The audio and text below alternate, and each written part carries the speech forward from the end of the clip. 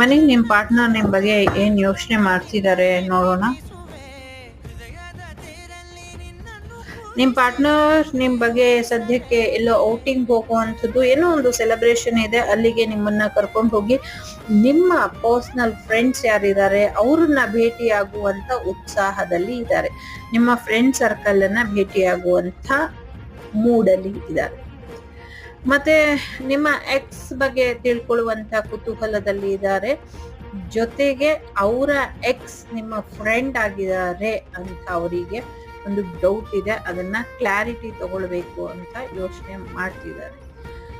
ನಿಮ್ಮ ಪರ್ಸನ್ ನಿಮ್ ಜೊತೆ ರೊಮ್ಯಾಂಟಿಕ್ ಡೇಟಿಂಗ್ ಹೋಗ್ಬೇಕು ಅಂತ ಕೂಡ ಅನ್ಕೊಂಡಿದ್ದಾರೆ. ಸೊ ಪ್ಯಾಚ್ ಅಪ್ ಮಾಡ್ಕೊಳ್ಬೇಕು ಅಂತ ಕೂಡ ಇದ್ದಾರೆ.